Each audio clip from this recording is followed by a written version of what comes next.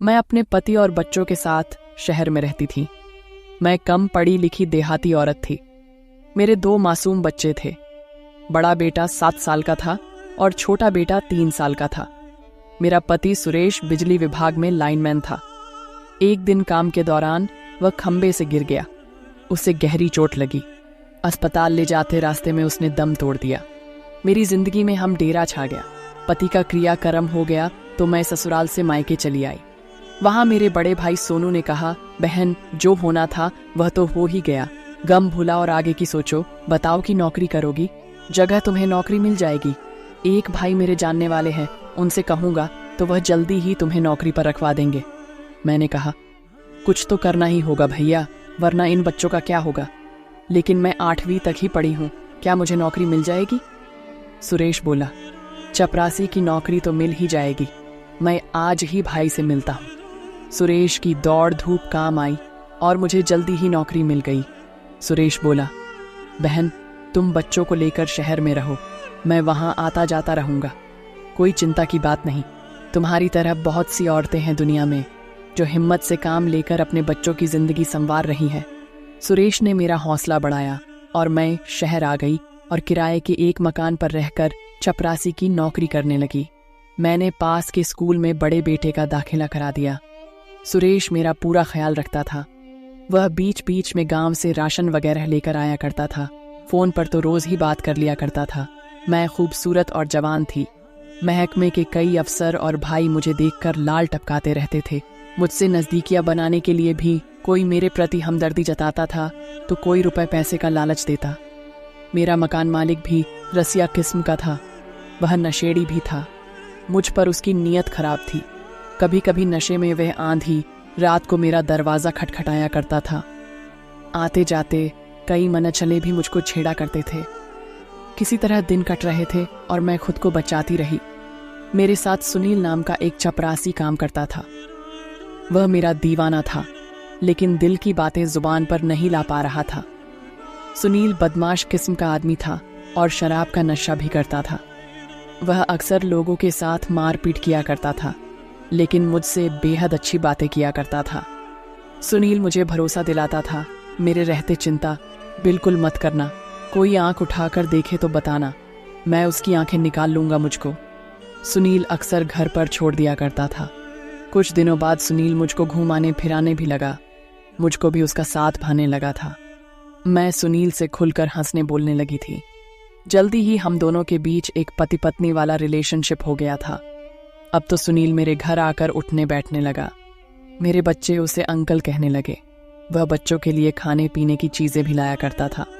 मेरे पड़ोस में एक और किराएदार रहता था। सुनील ने उससे दोस्ती कर ली। एक दिन वह किराएदार अपने गांव जाने लगा तो सुनील ने उससे मकान की चाबी मांग ली। दिन में उसने मुझसे कहा, आज रात में तुम्हारे साथ ये खाना खाऊंगा। फिर मैंने कहा, लेकिन कैसे, बच्चे भी तो हैं, उसकी चिंता तुम बिल्कुल ना करो। ये कहकर उसने जेब से चाबी निकाल ली और कहा, ये देखो, मैंने सुबह ही इंतजाम कर लिया है। आज तुम्हारा पड़ोसी गांव चला गया है। रात को मैं आऊंगा और उसी के कमरे में हम लोग क्रिकेट खेलेंगे और जब क्रिकेट खेल कर थक जाएंगे तो आराम से बैठकर खाना खाएंगे। मैं मुस्कुराई और फिर शर्माकर मैंने सिर झुका लिया। मेरी भी इच्छा हो रही थी और मैं सुनील के साथ खाना खाकर थोड़ा बहुत अच्छा वक्त निकालने के सुनील देर रात को आया और उसने मेरे पड़ोसी के मकान का दरवाज़ा खोला। आहट मिली तो मैं जाग गई। मेरे दोनों बेटे सो रहे थे। मैंने आहिस्ता से अपना दरवाज़ा बंद किया और पड़ोसी के कमरे में चली गई। सुनील ने फौरन दरवाज़ा बंद कर दिया। उसके बाद जो होना था, लगभग 1-2 घंटे तक मैं और उसने बहुत ही अच्छा वाला क्रिकेट का खेल खेला और जब हम थक गए तो हम खाना खाने लगे। खाना खाने के बाद हमने 1 घंटे तक फिर से खेला था। लंबे अरसे बाद उस रात मुझको सुख मिला था। सुबह सुनील चला गया और मैं अपने कमरे में आ गई।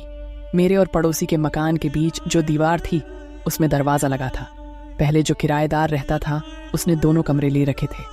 वह जब मकान छोड़कर गया तो मालिक ने दोनों कमरों के बीच का दरवाज़ा बंद कर दिया और ज़्यादा किराए के लालच में 2 किराएदार रख लिए। अब उसे 1000 की जगह 2000 मिलने लगे। उस रात के बाद सुनील अक्सर मेरे घर देर रात आने लगा।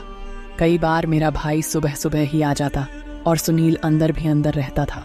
ऐसी हालत में बीच का दरवाज़ा काम आता था।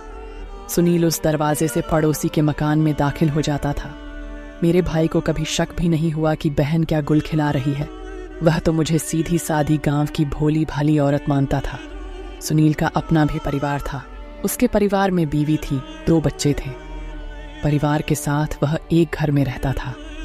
बीवी उससे बेहद परेशान थी क्योंकि वह पगार का काफ़ी हिस्सा शराब खोरी में उड़ा दिया करता था। बीवी मना करती तो सुनील उसके साथ मारपीट भी करता था।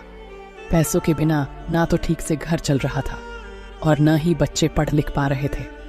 पहले तो सुनील कुछ रुपए घर दे दिया करता था, लेकिन जब से उसकी मुझसे नज़दीकियां बढ़ी तब से पूरी तनख्वाह लाकर मुझे ही थमा दिया करता था। मैं उसके पैसों से अपना शहर का खर्च चलाती और अपनी तनख्वाह बैंक में जमा कर देती। मैं काफ़ी चालाक हो गई थी। सुनील डाल तो मैं पात थी। उधर सुनील की बीवी घर चलाने के लिए कई बड़े लोगों के घरों में नौकरी का काम करने लगी थी। वह खून के आंसू रो रही थी, लेकिन उसने कोई गलत रास्ता नहीं चुना। मेहनत करके किसी तरह बच्चों को पालती थी। कुछ साल बाद रकम जुट गई तो मैंने ससुराल में अपना एक दिन मेरे भाई से कहा, भैया तुम मेरे पास के दफ्तर में ट्रांसफर करवा दो। भाई से कहकर इससे मैं घर और खेती बाड़ी भी देख सकूंगी। सुरेश ने मुझे भरोसा दिलाया कि मैं कोशिश करता हूँ। कुछ महीने बाद मेरा तबादला मेरे गांव के पास के कस्बे में हो गया। ये जानकारी जब सुनील को हुई तो वह गुस्सा हुआ और बोला, मेरे साथ इतनी बड़ी गद्दारी, तुम्हारे चलते मैंने अपने बाल बच्चे छोड़ दिया और तुम मुझे छोड़कर चले जाओगी। ऐसा कतई नहीं होगा, और या तो मैं तुम्हें मार डालूंगा या खुद की जान दे दूंगा। तुम्हारी जुदाई में बर्दाश्त नहीं कर पाऊंगा। मैंने सुनील को धमकाया, सुनील तुम मरो या जियो इससे मुझे कोई मतलब नहीं। ये मेरी मजबूरी थी कि मैंने तुमसे संबंध बनाया। तमाम लोगों से बचने के लिए मैंने तुम्हारा हाथ पकड़ा। अब मेरा सारा काम बन चुका है। मुझे हाथ उठाने के बारे में सोचना भी नहीं, वरना जेल की हवा खाओगे। आज के बाद तुम मुझसे मिलना भी नहीं। सुनील डर गया और वह मेरे सामने रोने गिड़गिड़ाने लगा, लेकिन मेरा दिल नहीं पिघला। अगले ही दिन मैं मकान खाली कर कर गांव चली गई। प्यार में पागल सुनील मेरा गम बर्दाश्त नहीं कर सका। कुछ दिन बाद मुझे पता चला कि सुनील अब इस दुनिया में नहीं रहा। जब मुझको यह पता चला तो मुझको बहुत दुख हुआ, लेकिन सबको भुलाकर मैंने एक नए जीवन की शुरुआत करने की कोशिश की। लेकिन जैसे जैसे समय बीत रहा था मुझे कुछ अच्छा नहीं लग रहा था। मुझे अंदर ही अंदर घुटन हो रही थी। इसलिए मैंने सोचा कि क्यों ना सुनील की फैमिली को भी मेरे साथ ही रख लूं।